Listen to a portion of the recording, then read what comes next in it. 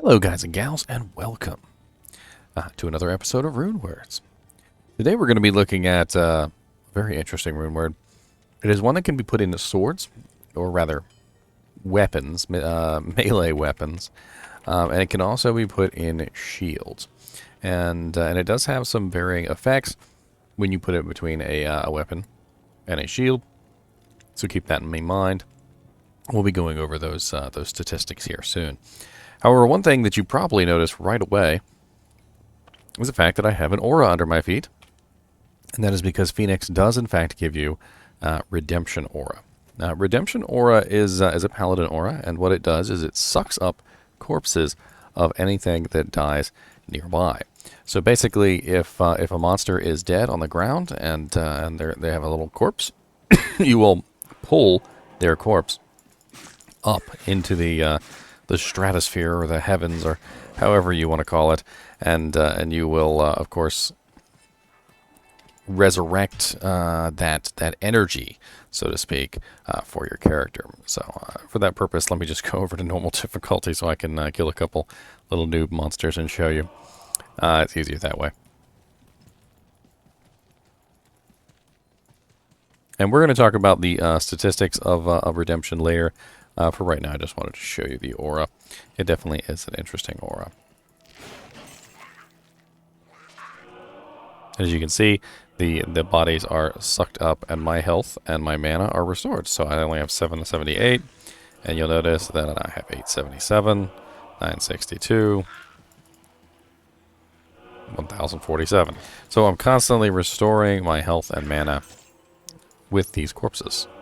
The other bonus side effect of this is that, number one, there are no corpses for the monsters to use to resurrect with. If you were fighting Neelathak, there would be no corpses for him to corpse explode. If you were to use this with a necromancer, you could piss him off entirely because he would have no corpses to use for his corpse explosion, or skeletons, or revives, or anything for that matter. So we're going to go over to the website, and we're going to take a look at the variables on this, because there are two different versions. There's a weapon version, and there is a shield version. And unfortunately, I only have the weapon version with me today, but it should not pose any problem for us. And we're going to take a look at this over on the website. So right off the bat, on the website, you will see that it says VexVexLoJah. VexVexLoJah is pretty expensive as far as a rune word goes, and even just one Vex rune is moderately difficult to come by. 2 Vex runes is, of course, much more difficult to come by, and then of course the Lo rune is very difficult to come by, and the Jah rune is very difficult to come by.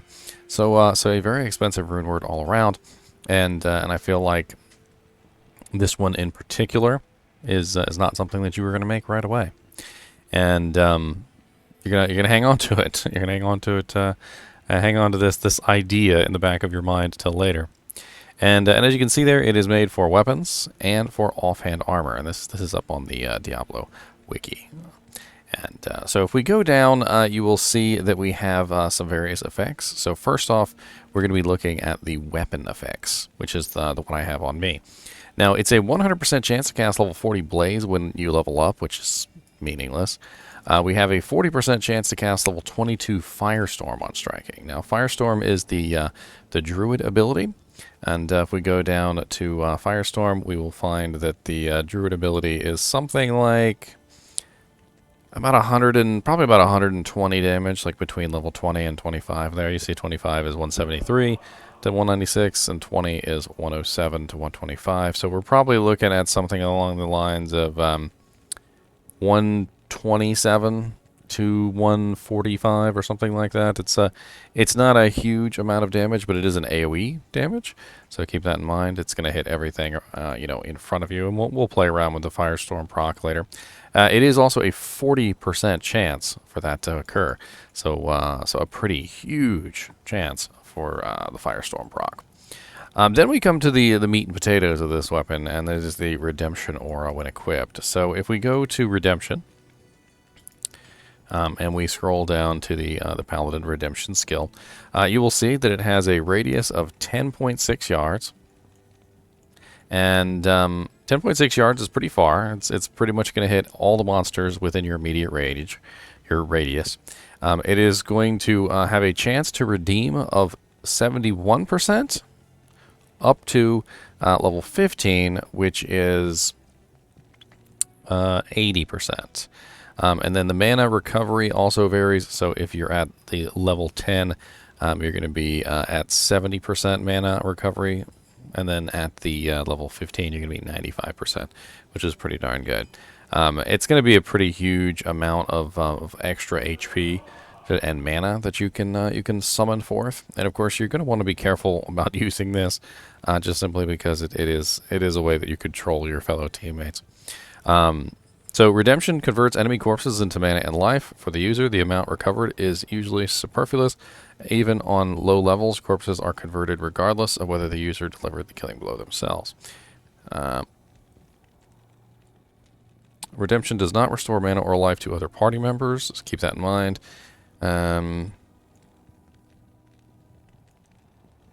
It's a rather interesting ability. Very, very interesting. I feel like it has some troll possibilities. We also have 350 to 400% enhanced damage if it is made as a weapon. We have ignores target's defense, which is of course because of the Jaw rune. We have 14% mana steal, which is of course because of the 2 Vex runes, I'm pretty sure.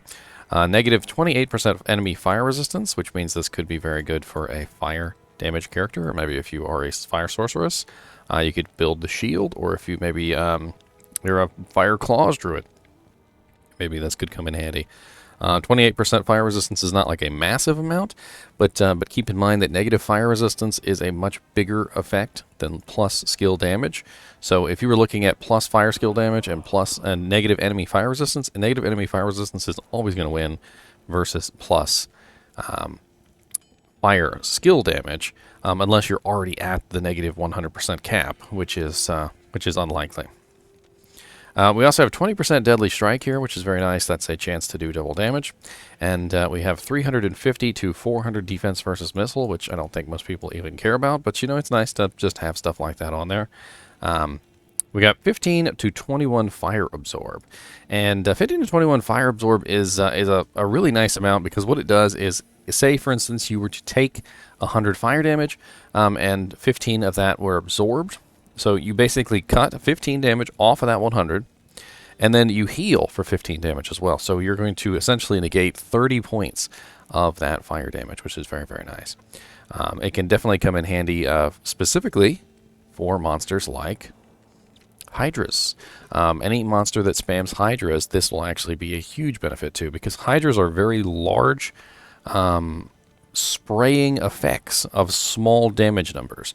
So the Hydras are shooting these little tiny fireballs, which each one of these fire bolts are low damage, and so fire absorb can have a huge effect on Hydras, because they're only doing maybe like 100 damage a pop, and this is going to absorb a really good amount of that, and your resistances are going to take care of the rest.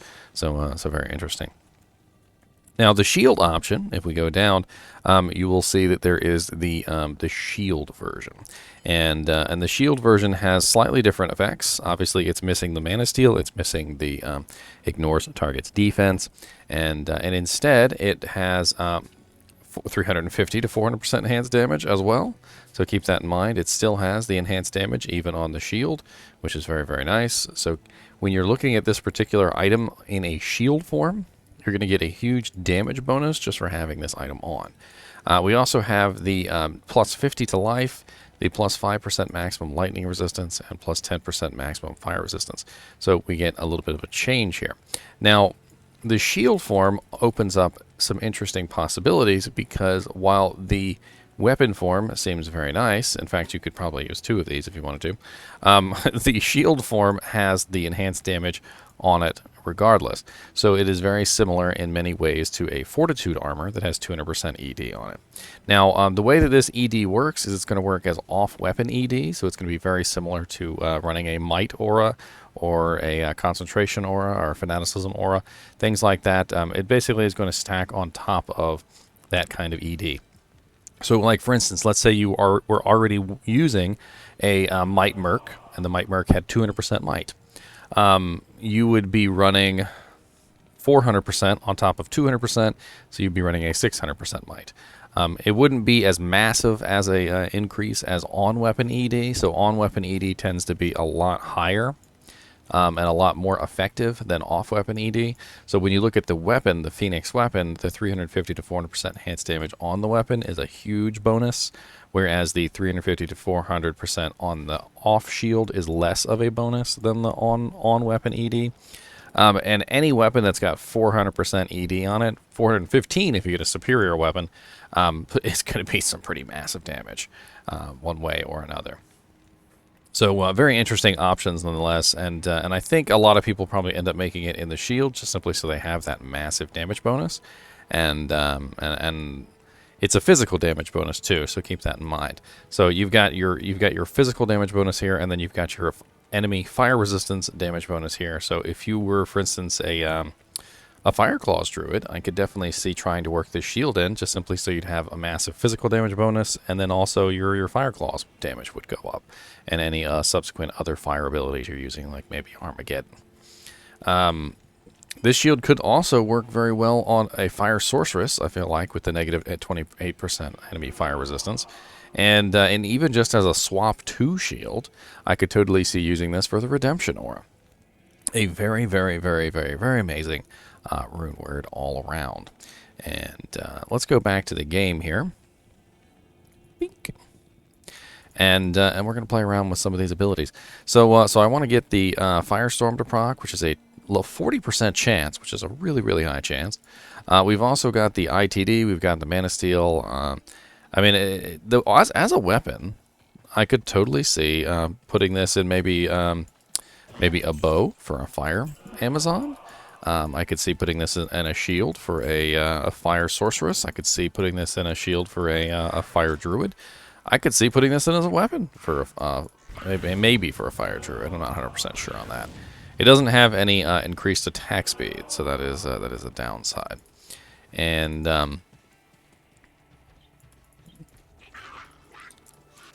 well, as you can see, we've already got the Firestorm to proc. Our Redemption is sucking up all the corpses nearby. Firestorm is a little underwhelming. It's not quite as large as the one that comes from the Torch.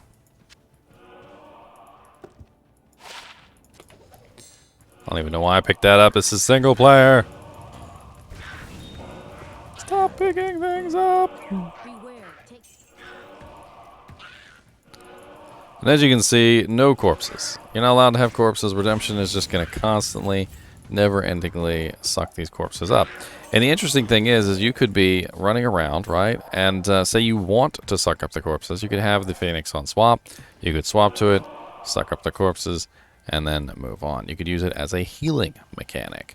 So think about it like that as well. Like, even if you don't want to use it on the regular, even if it's just something that you want to swap to, when you need it, you can use it specifically to heal your character. Oh, I'm low on health. Let me swap over to my Phoenix. Let me suck up a couple corpses, and then swap back, and then you're good to go. And you can also use it with kneel attack, so you can destroy the corpses before he has a chance to corpse explode them. That's also handy. And just in general, I think that this weapon has a lot of uses. The weapon and the shield both. Unfortunately, because of the really expensive nature of this rune word, the VexVexLoJah, it kind of precludes being an easy item to make. So if you manage to get your hands on one of these, more power to you. It's I have one Vex to my name. I have not found a Lo or a Jah yet, and I did find a second Vex really early on, but we used it to make a Heart of the Oak for one of our paladins. So that was interesting. And I'm not really sure about this rune word. If I had it, I probably would not use this on my Necromancer, obviously. I would not use this on many of my characters. My Fire Sorceress could get some use out of it. My Fire Amazon could use it. The massive amount of enhanced damage is certainly an amazing effect there. So I could honestly see making this in a bow for my TNT Amazon, probably a matron bow, so a grand matron bow.